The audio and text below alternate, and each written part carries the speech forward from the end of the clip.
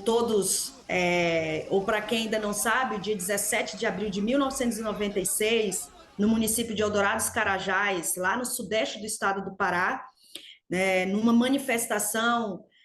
legítima, pacífica de trabalhadores sem terra, numa marcha que na época era a PA 275, hoje a BR 155, trabalhadores rurais foram interrompidos de seguir numa marcha para reivindicar a desapropriação de uma fazenda em Eldorado dos Carajás chamada Fazenda Macaxeira e reivindicar a reforma agrária, E essa interrupção foi de uma forma muito truculenta, porque a Polícia Militar do Estado do Pará, a mando do governo do Estado, enfim, feriu e assassinou muitos companheiros e companheiras. Resultado desse massacre, que é como nós o entendemos, resultou em 19 trabalhadores e trabalhadoras que foram mortos na curva do S, outros 69 companheiros e companheiras ficaram mutilados com balas na cabeça, no corpo, fora todo o trauma que a gente sabe o que ocorre em situações como essa de violência extrema.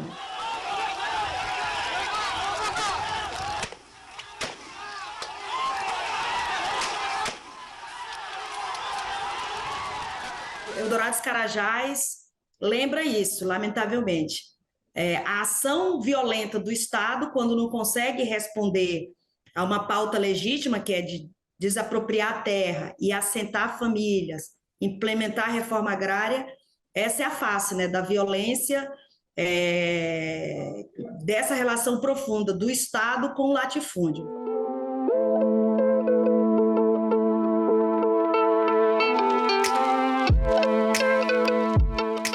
Vinte e 27 anos depois, as famílias sem terra se mobilizam para colocar em curso um conjunto de pedidos, de solicitações para implementar, o que nós chamamos de uma política de reforma agrária, que tem que ser papel do Estado. A tarefa da organização é demandar e o Estado de implementar. A nossa pauta, a nossa mobilização desse ano de 2023, marcando o dia 17 de abril, Dia Internacional da Luta Camponesa, é apresentar para a sociedade brasileira, para o governo do presidente Lula,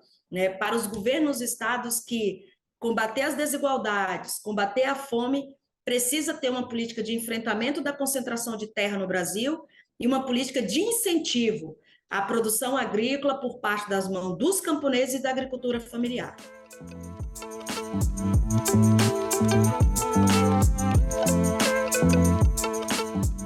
Nos últimos 16 anos, houve uma diminuição de 30% da lavoura de arroz e feijão no Brasil. Se essa tendência seguir, que que lamentavelmente é o que se configura se o agronegócio se legitima na sociedade brasileira, nós vamos ser um país que vai sair da condição de autonomia na produção dos seus bens, de alimentos, para depender de outros países. Por que tem ocorrido isso? Porque o agronegócio tem dito que agora o momento é produção de commodities, de grãos focado no milho, na soja, para exportação, da produção de energia como de cana, para produzir alimento para os carros ou para qualquer outra coisa, menos para as pessoas. Então, está havendo, pela intencionalidade do agronegócio, uma substituição das lavouras de produção de alimentos, como a mandioca, feijão, o arroz e tantos outros itens necessários para a alimentação do povo brasileiro, para essa produção de commodities, cuja a única finalidade é a exportação. E é por isso que pautar a agricultura camponesa familiar, pautar a reforma agrária, a produção de alimentos diversos, saudáveis para a sociedade brasileira, hoje se coloca como uma dimensão muito importante e necessária para nós discutirmos,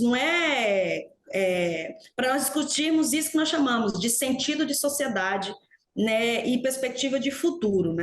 de uma sociedade que precisa ter, para ser uma sociedade livre, autônoma, soberana, precisa ter autonomia alimentar e impulsionar um processo de desenvolvimento do país em que nós, os trabalhadores, estejamos incluídos.